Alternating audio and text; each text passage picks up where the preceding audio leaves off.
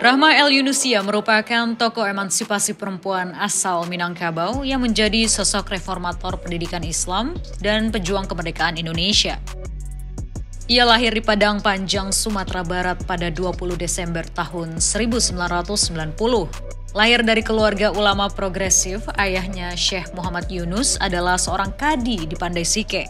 Kakeknya, Imanuddin, adalah seorang ahli ilmu falak dan pemimpin tarekat Naqsyabandiyah. Ayahnya wafat saat Rahma kecil dan kemudian ia dibesarkan juga diasuh oleh ibu dan kakak-kakaknya. Tumbuh besar di lingkungan yang taat akan ajaran agama, membentuk pribadinya menjadi sosok yang teguh dan penyabar. Sebagaimana yang kita ketahui pada masa penjajahan, peran perempuan itu sering dianggap tidak penting dan hanya sebagai pelengkap. Sehingga prinsip kebanyakan orang pada saat itu nggak perlulah pendidikan yang tinggi. Karena akhirnya perempuan hanya akan berujung di dapur dan kasur. Namun, prinsip itu dipatahkan dengan lantang oleh Rahma El Yunusia.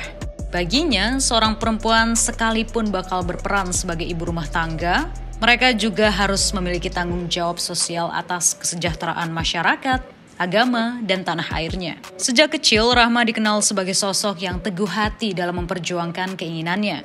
Kakaknya, Zainuddin Labal El Yunusi, mendirikan sekolah agama yang diperuntukkan untuk laki-laki dan perempuan bernama Diniyah School. Rahma ikut mengenyam pendidikan di sekolah yang didominasi oleh para murid lelaki itu. Nah, ketika bersekolah di sana, Rahma dapat memahami lebih dalam bentuk penjajahan yang dirasakan oleh kaum perempuan.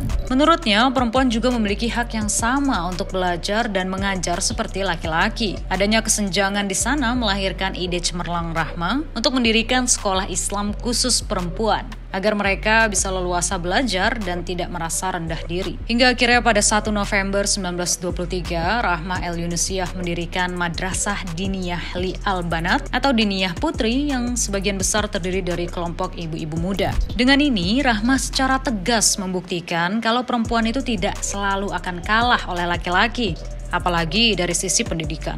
Sekolah itu kemudian melahirkan banyak perempuan cerdas dan berakhlak mulia, seperti Hajah Rangkayo Rusuna Said, pahlawan nasional Republik Indonesia, Aisyah Amini, tokoh politik perempuan Indonesia, Aisyah Ghani, tokoh pergerakan perempuan di Malaysia, Emma Yohana, senator Sumatera Barat, dan Nurhayati Subakat yang merupakan pengusaha ternama di Indonesia. Nama Rahma El Yunusia memang cukup jarang terdengar. Nggak sepopuler R.A. Kartini yang dianggap sebagai pelopor emansipasi perempuan. Nama Rahma El Yunusia memang cukup jarang terdengar, tapi perjuangan beliau menjadi pelopor utama kemajuan kaum perempuan di Sumatera Barat pada masa itu sangat luar biasa. Perjuangannya pun diakui secara internasional. Berdirinya Diniyah Putri menjadi bukti bahwa Rahma punya harapan dan mimpi yang besar untuk mengangkat harkat dan mengedepankan hak perempuan agar dapat merdeka untuk menuntut ilmu, mengharumkan nama bangsa, dan dalam waktu yang sama tetap bisa berekspresi di ranah domestik. Hingga pada akhirnya Rahma El Yunusia meninggal pada 26 Februari tahun 1969 di kota kelahirannya Padang Panjang. Hingga kini perjuangannya masih terus dikenal.